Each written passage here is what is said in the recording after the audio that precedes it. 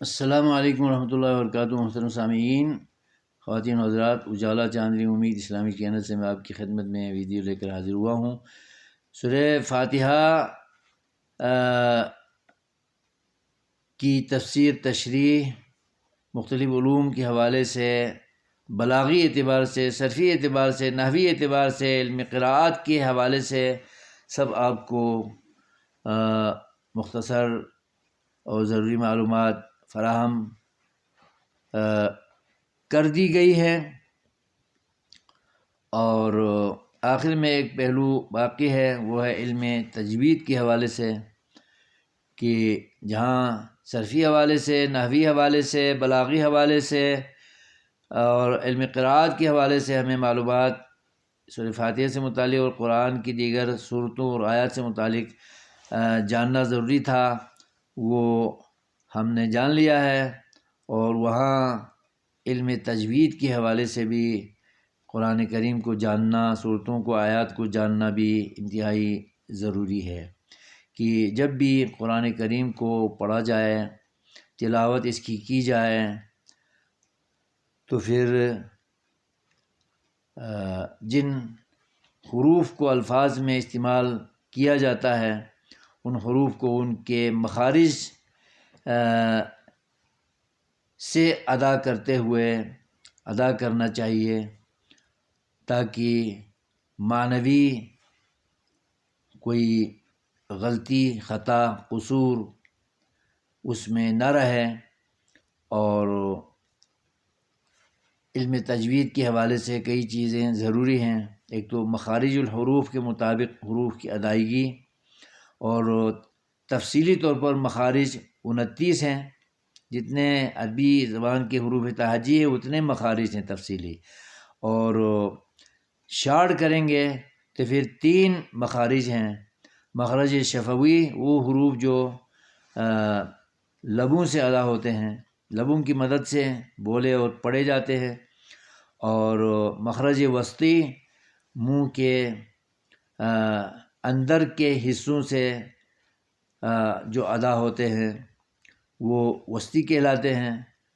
اور تیسرا مخرج حلقی ہے، وہ حروف 6 حروف ہیں جو حلق سے ادا ہوتے ہیں، تو حمزہ، ہا،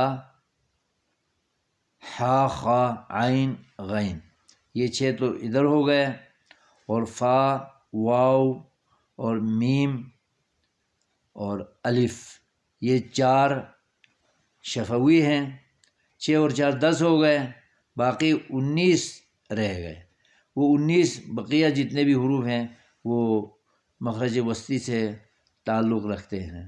تو شارٹ انداز میں مخارج کی 3 قسمیں ہیں: شفوی، وسطی اور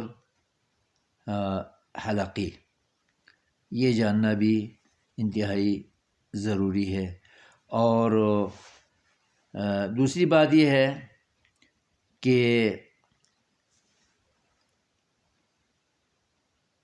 ان حروف کی، جو حروف تہجی 29 ہیں عربی زبان کے، مخارج کے اعتبار سے 3 مخارج ہیں، تو پھر کچھ صفات ہیں: قلقلہ کرنا، ترقیق تفخیم کرنا، مد کرنا، اخفا کرنا، اقلاب کرنا، ادغام کرنا وغیرہ وغیرہ۔